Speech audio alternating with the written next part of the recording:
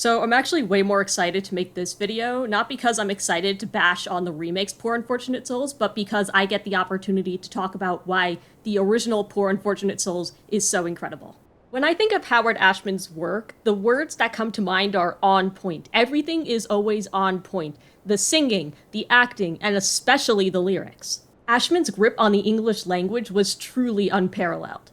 Not only could the man rhyme whatever he wanted, he always seemed to know the exact words to convey emotion properly. The excitement in Be Our Guest, the wistfulness of Part of Your World, and Poor Unfortunate Souls is no exception in this category. Every word really conveys that deal with the devil attitude the whole song has. And it really shows how Ursula uses manipulative language to convince Ariel to take the deal. Like, just look at the opening lines. I admit that in the past I've been a nasty. They weren't kidding when they called me, well, a witch. I love the way she downplays her past by calling herself a nasty. It's such a perfect comedic little note. Like, a nasty, just, I did a few things wrong. I've been a little bit mean, not like, you know, a demon. Even when she calls herself a witch, the acting kind of makes her laugh it off like it's an exaggeration and not really that big of a deal. This goes back to Ashman's prowess at bringing out the best from his actors. Even in the demo recording, you could actually hear that little bit of laughter as he says the line. They weren't kidding when they called me, well, a witch. It's the little things like that that bring out Ursula's character and make the song not only sound good, but come to life. Now let's listen to that line delivery in the remake. They weren't kidding when they called me, well, a witch. In this recording, Ursula sounds more disdainful than anything. Rather than laughing off the accusations, she actually seems offended by them. This seems small, but it affects how Ursula presents herself to Ariel in her attempt to get Ariel to trust her. You can also see this dissonance in the way that Ursula pronounces the word pathetic in the original versus the remake. Here it is in the original. Pathetic. This is clearly meant to be an aside to her eel companions about her feelings towards the people she quote-unquote helps, not a statement that she's supposed to be declaring out loud. However, in the remake, Pathetic. now she's saying it directly to Ariel, which feels so counterintuitive. Why would you be calling Ariel pathetic? If I came to someone for help and they called me pathetic, why would I want help from them?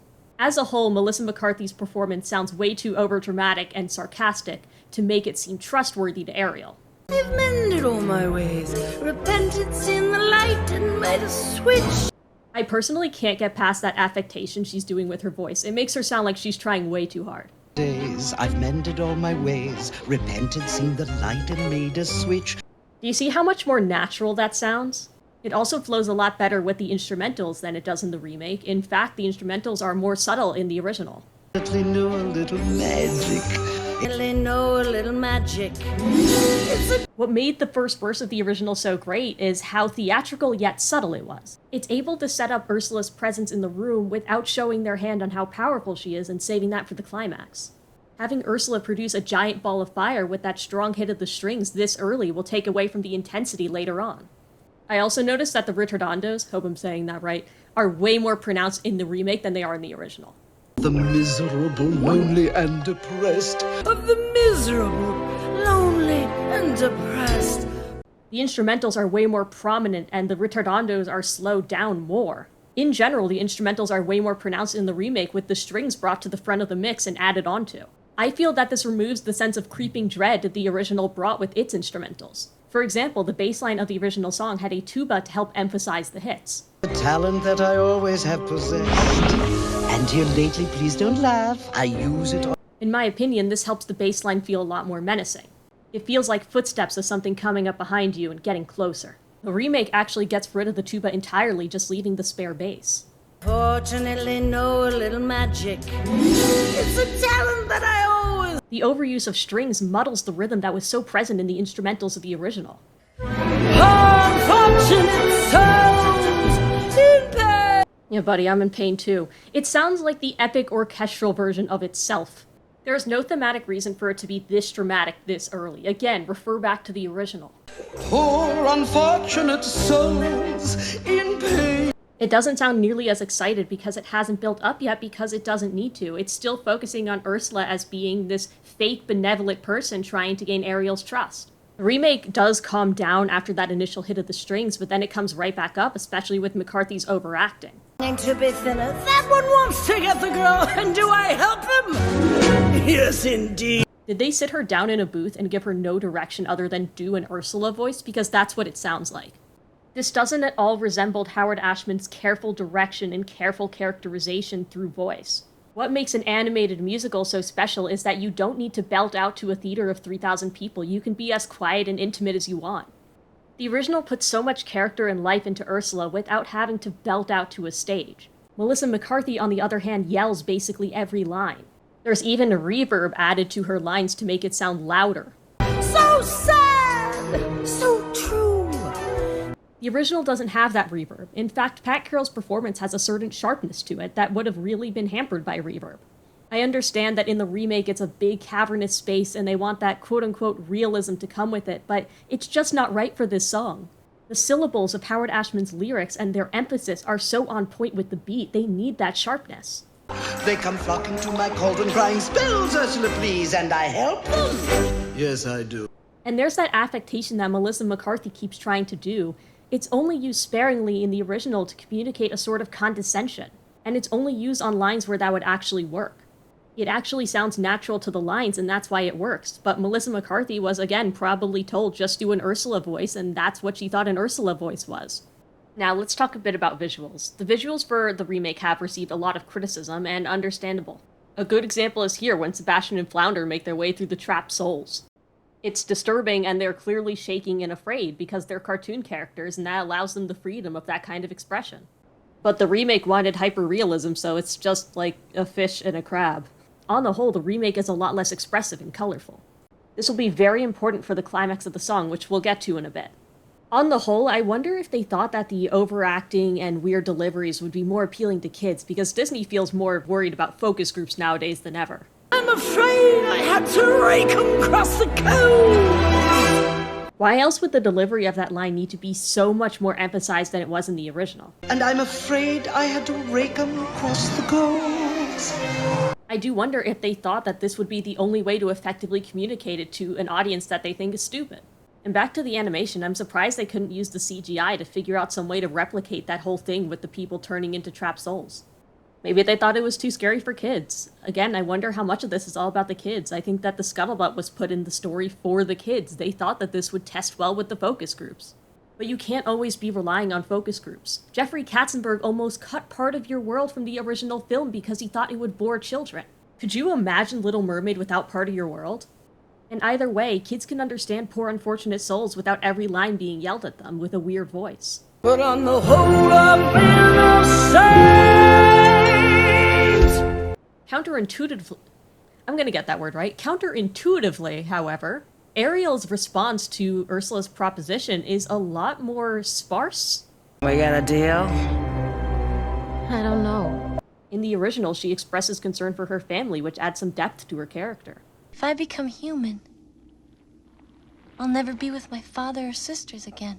Also, notice how the music cuts out in the original, while in the remake there's that low string going on the entire time. Again, it's like they can't have a single moment of subtlety or silence or break in the song. Anyway, in the remake, Ursula actually uses Ariel's family as a threat. Go back home to Daddy and never leave again! Now here's the big part. The remake cuts out an entire verse and everything about Ariel's voice except for one line in the climax of the song. They got rid of a full third of this song. Now, I understand they wanted to get rid of all the sexist lines about how women should talk less, but it's Ursula. She's a villain. She's trying to convince Ariel that she doesn't need her voice, so she'll take the deal. I can't imagine anybody listening to this song in earnest and really think that Disney is endorsing women to keep quiet. This feels like a total PR move, you know? They just want to show how much more progressive they are in 2023 than they were in 1989. But even if you do that, why give up the entire piece of dialogue about Ariel giving up her voice?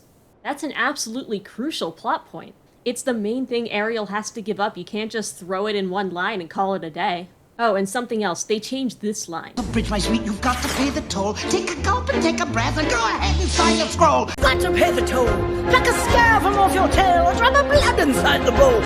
I asked a couple friends of mine why they may have done this, and the leading theory is that there were a lot of CinemaSin-style complaints that were like, oh, why doesn't Ariel just write out her story to the print?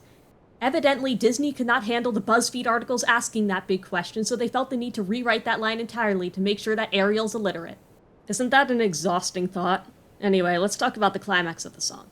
Come on, you poor unfortunate soul! I love absolutely everything about the climax of Poor Unfortunate Souls. So let's break this down. First, I want to talk about the lyrics. On lines that needed more intensity, Howard Ashman actually used simpler words because they had more punch to them. Go ahead! Make your choice! Not all day, it won't cost much. Just your voice! Choice and voice was an excellent rhyme for this because both those words have such a bite to them. Then to capture the urgency and panic of the situation, the speed of the lyrics picks up. If you want to cross a bridge, my sweet, you've got to pay the toll. Take a gulp and take a breath and go ahead and sign your scroll.